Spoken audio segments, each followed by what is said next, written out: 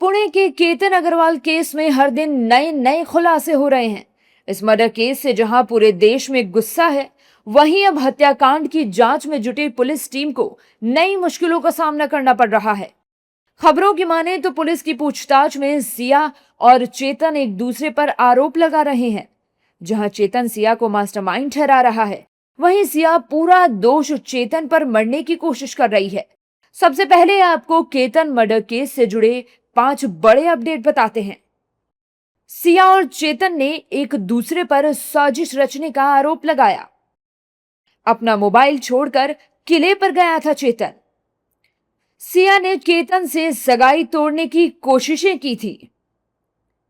सिया के माता पिता बोले, बेटी दोषी तो फांसी दो। सिया का पक्ष सुप्रीम कोर्ट के सीनियर वकील आशुतोष श्रीवास्तव रखेंगे। सिर्फ बोल देने से कि ओपन एंड शट केस है, वैसा नहीं है। अभी इन्वेस्टिगेशन चल रहा है और इन्वेस्टिगेशन में हमें देखना होगा कि कितने डायरेक्ट विटनेसेस हैं इसमें और क्या पुख्ता सबूत उसके खिलाफ आता है जो ये साबित करे कि उसने ऐसा कोई काम किया है या वो गिल्टी है इस ऑफेंस की।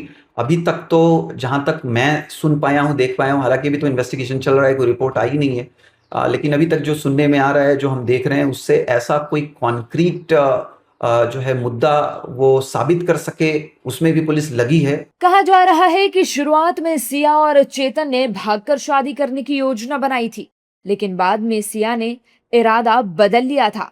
लेकिन सलाखों के पीछे पुलिस के सामने दोनों ने कई राज खोले हैं, जहां सिया ने केतन की हत्या की पूरी जिम्मेदारी चेतन पर डाल दी है। सिया ने पूछताछ में बताया कि हत्या का विचार चेतन का ही था और 14 जून को केतन की जान लेने की एक पिछली कोशिश नाकाम होने के बाद चेतन उसके सामने रो पड़ा था। वहीं चेतन ने पुलिस को बताया कि उसका मकसद सिर्फ सिया के साथ भागना था और हत्या के लिए सिया ने ही जोड़ दिया था। वहीं अगर मगर के साथ सिया का परिवार भी आरोपियों को फांसी देने की मांग कर रहा है। सिया के माता पिता एक सुर में बात कर रहे हैं, साफ तौर पर अपनी बेटी को दोषी नहीं मान रहे, लेकिन ये जरूर कह रहे हैं कि जो भी दोषी हो उसे फांसी की सजा हो। नहीं, मैं इस बात को नहीं मानती हूँ कि उसने एग्री किया है, क्या है किया है। बाकी अगर तहकीकात की तौर पे निकलता है कुछ जो भी दोषी, तो उसे सख्त से सजा दीजिए, या तो उसे फांसी की सजा दीजिए, या जहाँ केतन जी इसको उल्होगढ़ में गिरे हैं वहां से जो दोषी है उसको गिरा दीजिए। ये है कि जो भी है, जिसने जो भी ये किया है, उससे सख्त से सख्त सजा मिले। और जैसे हमारा केतन जिस किले से गिरा है, इसमें जो भी आरोपी पाया जाए, उसमें भले मेरी खुद की बेटी क्यों ना हो, उसे भी वहीं से धक्का दे दिया जाए। वहीं सिया के परिजन केतन के परिवार के आरोपों को सिरे से नकार रहे हैं। सर, सिया के बारे में तो हमसे बहुत कुछ छुपाया गया है। उसका एजुकेशन, उसका रहन सहन, उसका ड्रिंकिंग हैबिट, है कि उसका ड्रिंकिंग करते हुए वीडियो भी वायरल हो रहे हैं।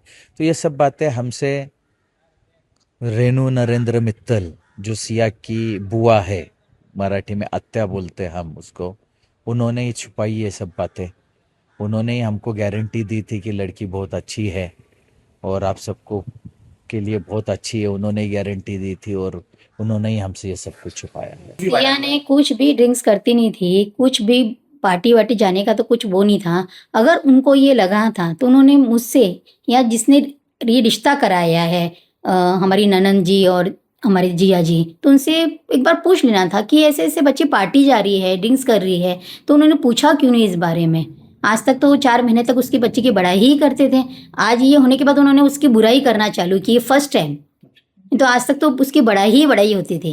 ये फर्स्ट टाइम सुने आया कि वो ड्रिंक करती है या पार्टी जाती है। वो मेरी बेटी ने तो उनसे इतना लगाव और इतना प्रेम करते थे। अपराधी खुद को कितना भी शातिर समझे, लेकिन पुलिस सारे राज उगलवा ही लेती है। सिया और चेतन के मामले में भी यही हो रहा है। अब देखना होगा कि आने वाले दिनों में इस केस में क्या नए खुलासे होते हैं। वैसे सिया के माता पिता की तरह पूरा देश केतन के कातिलों को फांसी के फंदे पर लटका देखना चाहता है।